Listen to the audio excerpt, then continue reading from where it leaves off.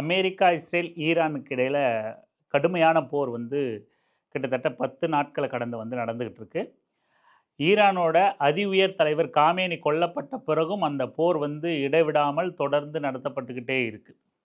இதனோட நீட்சியா அ பெட்ரோல், எரிவாயு, கச்சா எண்ணெய் தட்டுப்பாடு ஏன்னா ஈரானோட அந்த வழித்தடத்துல இருந்து தான் அந்த கச்சா எண்ணெய் எல்லாம் மற்ற நாடுகளுக்கு கொண்டு வரப்படுது அப்படிங்கிறதுனால, ஈரான்ல போர் காரணமா ஈரான் அத தடுத்து நிறுத்தி இருக்கிறதுனால, தொடர்ந்து கச்சா எண்ணெயும், கேஸ் இதெல்லாம் தட்டுப்பாடுகள் ஏற்பட்டுக்கிட்டு இருக்கு. இந்தியாவிலயும் எல்பிஜி கடுமையான தட்டுப்பாடு ஏற்பட்டுக்கிட்டு இருக்கு. அது ஒரு அவசர நிலை மாரி அறிவிச்சிருக்காங்க. எல்பிஜிய பதுக்குறவங்க மேல எஸ்மா சட்டம் பாய்ச்சப்படும் அப்படின்னு ஒன்றிய அரசு அறிவிச்சிருக்கு. இப்போ இதுதான் எல்பிஜி தட்டுப்பாடுக்கான காரணமா இருக்கு. மூல காரணமா இருக்கு. இந்தியா இது குறித்து இந்த போர்ல தன்னோட நிலைப்பாடு எதுவுமே எடுக்காமையும், எந்த கண்டனங்களையும் தெரிவிக்காமையும் இந்தியா மௌனம் காத்துக்கிட்டு வருது. இந்தியா என்ன பண்ணணும், என்ன செய்யணும் அப்படிங்கிறத அமெரிக்க அதிபர் ட்ரம்ப் உத்தரவு போட்டுக்கிட்டு இருக்கார். இது கள நிலவரம் யதார்த்தமாக போய்கிட்டு இருக்கு. இதனோட நீட்சியாக இந்தியாவில் தொடர்ச்சியாக எல்பிஜி கேஸ் தட்டுப்பாடு ஏற்பட்டுக்கிட்டு இருக்கு. கேஸோட விலை உயர்த்தப்பட்டிருக்கு. ஒரு தடவை புக் பண்ணால் 25 நாள் வரைக்கும் திரும்ப புக் பண்ண முடியாது அப்படிங்கிற கட்டுப்பாடு விதிக்கப்பட்டிருக்கு. இதனைத் தொடர்ந்து வணிக பயன்பாட்டுக்கான சிலிண்டரோட தட்டுப்பாடு கடுமையாக ஆகிட்டதுனால ஹோட்டலு, டீ கடை இந்த மாதிரி உணவகங்கள் எல்லாம், அதே போல் ஹாஸ்டல்ஸ் எல்லாம் இழுத்து மூடக்கூடிய எமர்ஜென்சி நிலை ஏற்பட்டுக்கிட்டு இருக்கு. மாணவர்களுக்கு தங்கு தடை இல்லாமல் அனைத்தும் கிடைக்க அரசு தீவிர முயற்சியை எடுத்துக்கிட்டு இருக்கு. இது கல யதார்த்தம் நடந்திருக்கிற விஷயம். ஹோட்டல் அதுக்கு சிலர் ஹோட்டலை சமாளிக்க முடியாதவங்க மூடுறாங்க, நேரத்தை குறைக்கிறாங்க, மெனுவை மாற்றுறாங்க. சிலர் ஆல்டர்னேட்டாக இந்த ராக்கெட் அடுப்பு அப்படின்லாம் வருது இல்லையா, விறகுல சமைக்கிறது ஆக்சிஜனோட சேர்த்து, அந்த மாதிரி ஆப்ஷன்லாம் சிலர் மாறி இருக்காங்க. இப்படி தொடர்ச்சியாக ஒரு அவசர நிலை மாதிரி இந்தியா முழுக்க இது நடந்துக்கிட்டு இருக்கு. எல்பிஜி லிட்ரலாக ஒரு கடுமையான தட்டுப்பாட்டுக்குள்ளே போயிடுச்சு அப்படின்னே சொல்லலாம்.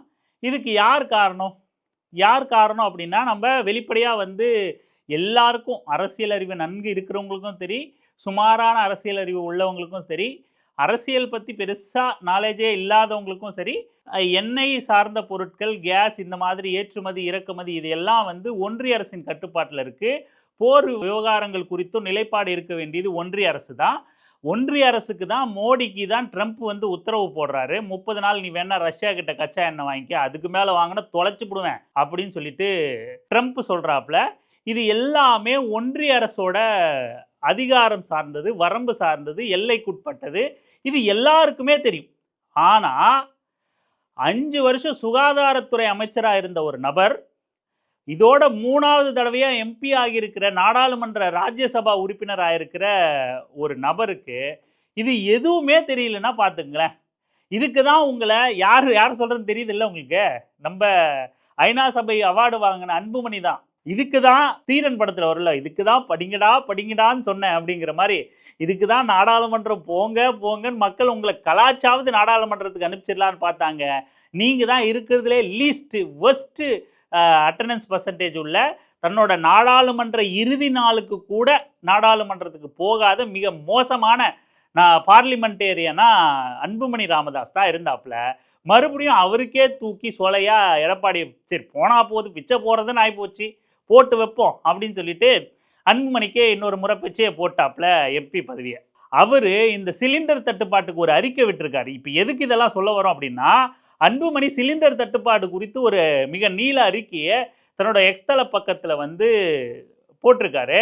அதில் பச்சைக்கிளி அப்படிங்கிற ஒரு வார்த்தை கூட அதில் குறிப்பிடல.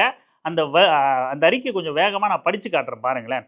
என்ன சொல்லியிருக்காரு தன்னோட அறிக்கையில் அப்படின்னா, உணவகங்கள் மூடப்பட்டால் மோசமான சமூக பொருளாதார விளைவுகள் ஏற்படும். சமையல் எரிவாயு தட்டுப்பாட்டை போக்க திமுக அரசின் திட்டம் என்ன? உணவகங்கள் மூடப்பட்டா, சிலிண்டர் இல்லை, கேஸ் இல்லை அப்படின்னா உணவகங்கள் மூடப்படும். உணவகங்கள் மூடப்பட்டால் சமூக பொருளாதார விளைவுகள் ஏற்படும். ஆமாம், கரெக்டு தான். கண்டிப்பாக சமூக பொருளாதார விளைவுகள் ஏற்படும் தான். ஏன்னா ஒவ்வொன்றுத்தை சார்ந்த விஷயம். விவசாயிகள்கிட்ட இருந்து பொருள் வாங்குறதா இருக்கட்டும், காய்கறிகள் வாங்குறதா இருக்கட்டும், அரிசி பருப்பு வாங்குறதா இருக்கட்டும், அதன் மூலமாக சமைக்கிறதா இருக்கட்டும், அதன் மூலமாக மாணவர்களோ வேலைக்கு செல்பவர்களோ வெளியில் வீட்டை விட்டு வெளியில் வந்து தங்கி படிப்பவர்களோ அந்த உணவகம் அப்படிங்கிற ஒரு விஷயத்தை எடுத்துட்டாலே அதை சூழ்ந்து இருக்கிற பல்வேறு பொருளாதார சிக்கல் ஏற்படும். அன்புமணி படித்தவர், பண்பானவர், நல்லவர், வல்லவர். அதனால் அதெல்லாம் யோசித்து என்ன சொல்கிறாரு, உணவகங்கள் மூடப்பட்டால் மோசமான சமூக பொருளாதார விளைவுகள் ஏற்படும் அப்படிங்கிறவரையும் சரியாக சொல்லிட்டார். ஆனால் சமையல் எரிவாயு தட்டுப்பாட்டை போக்க அரசின் திட்டம் என்ன, திமுக அரசின் திட்டம் என்ன அப்படின்னு கேட்குறாரு. வாஸ்தவம் தானேப்பா, திமுகவை தான் நம்ம ஓட்டு போட்டு தேர்ந்தெடுத்திருக்கோம், மோடியும் தான் நம்ம ஓட்டு போட்டு தேர்ந்தெடுத்திருக்கோம், அது வேறு விஷயம். இருந்தாலும் மாநில அரசு அவங்க தான் இங்கே நமக்கான வரவு செலவு கணக்குகள் எல்லாம் பார்க்குறாங்க, நாம் அவங்கக்கிட்ட தான் கேட்க முடியும் அப்படின்னு கூட வச்சுக்கிட்டாலும் கூட அதுக்கு அடுத்து பாருங்களேன், அப்படி தான் கேட்கணும், முதலமைச்சர்கிட்ட தான் அவர் தான் நிர்வாகம் பார்க்குறாரு கேட்கணும்.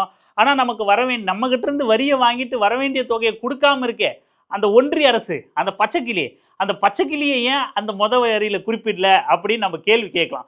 சரி, வரியில் குறிப்பிடல, அவர் கூட்டணியில் இருக்கார் பாஜக கூட, பச்சைக்கிளி கூட, சரி அடுத்தடுத்து உள்ள வச்சிருப்பாரு வரியில் சில கண்டனங்களை வச்சிருப்பாரு அப்படின்னு பார்த்தா அதுக்கும் நமக்கு பெரிய ஆப்பாக தான் வச்சிருக்காரு. பச்சைக்கிளிக்கு இல்லை, மக்களுக்கு வச்சிருக்காரு. என்ன படி வச்சிருக்காருன்னா, வளைகுடா போரால் ஏற்பட்டுள்ள சூழல் காரணமாக சென்னை உள்பட தமிழகத்தின் அனைத்து பகுதிகளிலும் வணிக பயன்பாட்டுக்கான சமையல் எரிவாயு உருளைகள் விநியோகம் நிறுத்தப்பட்டிருக்கும் நிலையில் நாளை அல்லது நாளை மறுநாள் முதல் தேநீர் கடைகள் முதல் நட்சத்திர விடுதிகளின் உணவகங்கள் வரை அனைத்து வகையான உணவகங்களும் மூடப்படும் நிலை உருவாகியுள்ளது. அப்படி ஒரு நிலை ஏற்படுவதை நினைத்து பார்க்கவே கவலையாக உள்ளது. வாஸ்தவம் தான், சரியாத்தான் சொல்லியிருக்காரு. ஆனால் என்ன இதில் மிஸ் பண்ணியிருக்காரு அப்படின்னா, வளைகுடா போரால் ஏற்பட்டுள்ள சூழல் காரணமாக தமிழகத்தின் அனைத்து பகுதிகளிலும் அப்படின்னு சொல்லி குறிப்பிட்டிருக்காருல்ல, இது வெறும் தமிழ்நாட்டுக்கான பிரச்சனை கிடையாது. ஏதோ ஈரான் போர், ஈரான் அமெரிக்கா இஸ்ரேல் போர் வந்து தமிழ்நாட்டுக்கு மட்டும் எல்பிஜியை தடுத்து நிறுத்துது, தமிழ்நாடு அரசு தான் தப்பான பொருளாதார வெளியுறவு கொள்கையினால ஈரான் கூட வணிகத்தை மேற்கொண்டுகிட்டு இருக்கு, அங்கிருந்து எல்பிஜி கேஸ் வாங்குது அப்படிங்கிற மாதிரியான ஒரு தோற்றத்தை உருவாக்குற முயற்சி தான் இந்த அறிக்கையாக நாம் இந்த வரியை பார்க்க முடியுது. அதனால தான் வளைகுடா போரின் காரணமாக தமிழ்நாட்டில் எல்பிஜி தட்டுப்பாடு ஏற்படும், உணவகங்கள் மூடப்படும் அப்படிங்கிறத குறிப்பிடுறாரு. யாரு? ஐநா சபையில் அவார்டு வாங்கின ஒன்றிய சுகாதாரத்துறை அமைச்சராக இருந்த 3வது முறை பாராளுமன்ற ராஜ்யசபா உறுப்பினராக பதவி ஏற்றுக்கிட்ட அன்புமணி ராமதாஸ் வந்து குறிப்பிட்டிருக்காரு. ராமதாஸ்ன்னு வேற நமக்கு சொல்லி பழகி போச்சு, அவர் வேற பேரெல்லாம் அன்புமணியோட சேர்க்காதன்னு சண்டை போடுறாரு. முடிஞ்ச அளவுக்கு தவிர்க்க பார்ப்போம். அடுத்து வாங்க, தேநீர் கடைகள், சிற்றுண்டிகள், உணவகங்கள் போன்றவை தனித்த வணிகங்கள் அல்ல. உணவகங்களுக்கு தேவையான உணவு தானியங்கள் உள்ளிட்ட மூலப்பொருள்கள் கொள்முதல், உணவு வகைகள் தயாரிக்கப்பட்ட பிறகு அவற்றை பல்வேறு வகையான வாடிக்கையாளர்களுக்கு விநியோகம் செய்தல் என மிகப்பெரிய கொள்முதல் மற்றும் விநியோக சங்கிலியை உணவகங்கள் கொண்டுள்ளன. இது நம்ம சொன்னதா, முன்னாடி சொன்ன மாதிரி தான். அவை மூடப்பட்டால் மூலப்பொருள்கள் கொள்முதல் செய்யப்படாததால் உழவர்கள் உள்ளிட்ட பல்வேறு தரப்பினர் பாதிக்கப்படுவார்கள். அவர்கள் மட்டுமின்றி உணவக பணியாளர்கள், உணவகங்களை சார்ந்துள்ள ஜொமோட்டோ, ஸ்விக்கி போன்ற வீடுகளுக்கு உணவு வழங்கும் சேவையில் ஈடுபட்டுள்ள நிறுவனங்களின் பணியாளர்கள் வேலை இழக்கும் நிலை உருவாகும் அப்படின்னு சொல்லிட்டு, அதான் ஹோட்டல் பாதிக்கப்பட்டா, இழுத்து மூடப்பட்டா உழவர்களிலிருந்து ஜொமோட்டோ, ஸ்விக்கி ஃபுட் டெலிவரி பண்ணுற நிறுவனங்கள் வரைக்கும் மிகப்பெரிய பாதிப்பை சந்திக்கும் அப்படின்னு சொல்லியிருக்கார். அது மட்டுமின்றி பணி நிமித்தமாக வீடுகளை விட்டு வெளியில் செல்லும் அடித்தட்டு தொழிலாளர்கள் உள்ளிட்ட உணவு கிடைக்காத நிலை அடித்தட்டு தொழிலாளர்கள் உள்ளிட்டோருக்கு உணவு கிடைக்காத நிலை உருவாகும். ஏழை எளிய மக்களின் பசி போக்கும் பணியில் ஈடுபட்டிருக்கும் அம்மா உணவகங்களை கூட மூட வேண்டிய நிலை ஏற்படும். அப்படி ஒரு நிலை ஏற்பட்டால் தமிழ்நாட்டில் மிக மோசமான சமூக பொருளாதார விளைவுகள் ஏற்படக்கூடும். அதை தடுக்க வேண்டியது தமிழக அரசின் கடமையாகும். இங்கே அம்மா உணவகம் அப்படின்னு தூபம் போகிறதுல அம்மா உணவகம் இன்றியமையாதது.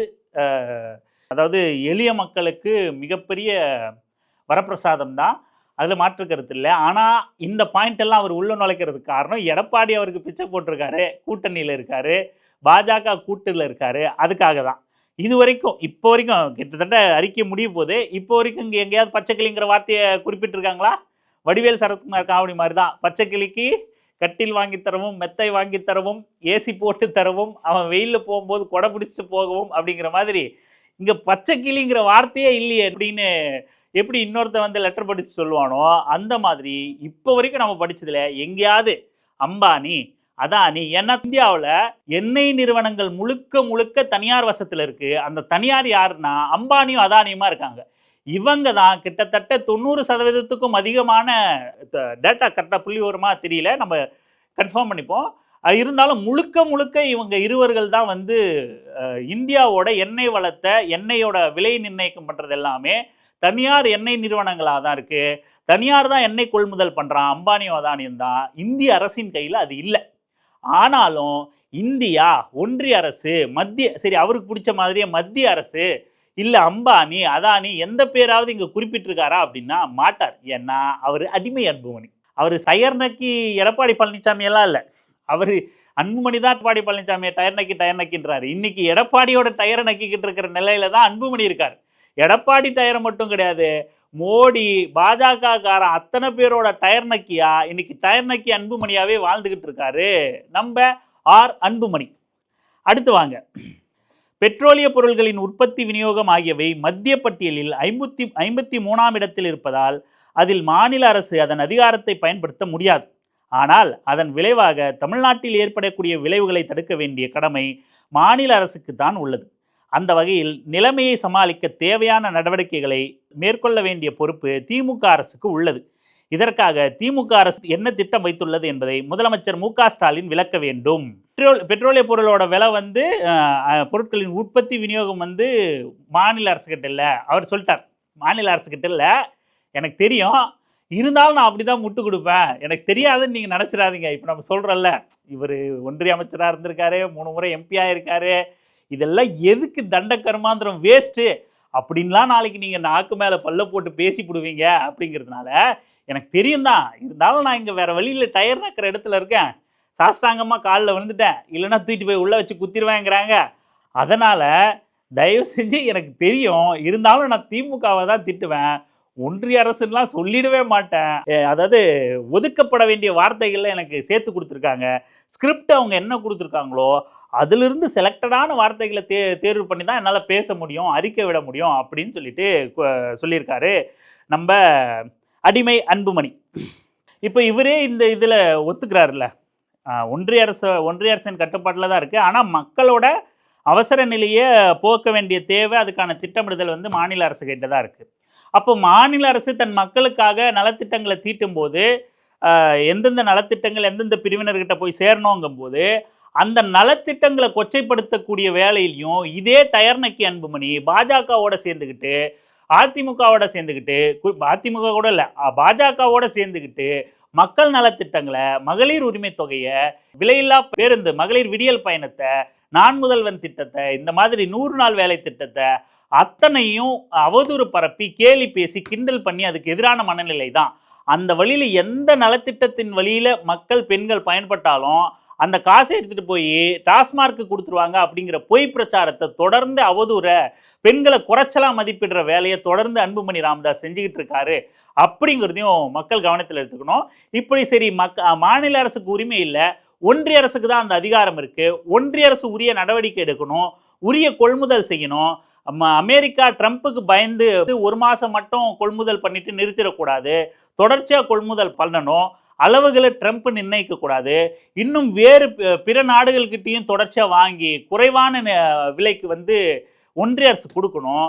மிக அடிமட்ட விலையில் கச்சா எண்ணெய் விற்கப்படும் போது கூட 100 ரூபாயை கடந்து மக்கள் தலையில் பெட்ரோல் டீசலையும் விலையை ஏற்றி மக்கள் தலையில் போட்டு வச்சுருக்கீங்களே, அதை குறைக்கணும் அப்படின்னு ஏதாவது ஒரு சின்ன அறிக்கை. ஏன்னா பல லட்சக்கணக்கான கோடிகள் வந்து கச்சா எண்ணெய் பேரலு மிக அடிமட்ட ரேட்டு கிடைக்கும் போது கூட இங்கே 100 ரூபாய் விலையை குறைக்கவே இல்லை. அப்பவும் ஒன்றிய அரசோட கலால் வரியை உயர்த்தி நம்மக்கிட்ட 100 ரூபாய்க்கு குறையாத மாதிரி பெட்ரோல் டீசலையும் பார்த்துக்கிட்டே இருந்தாங்க.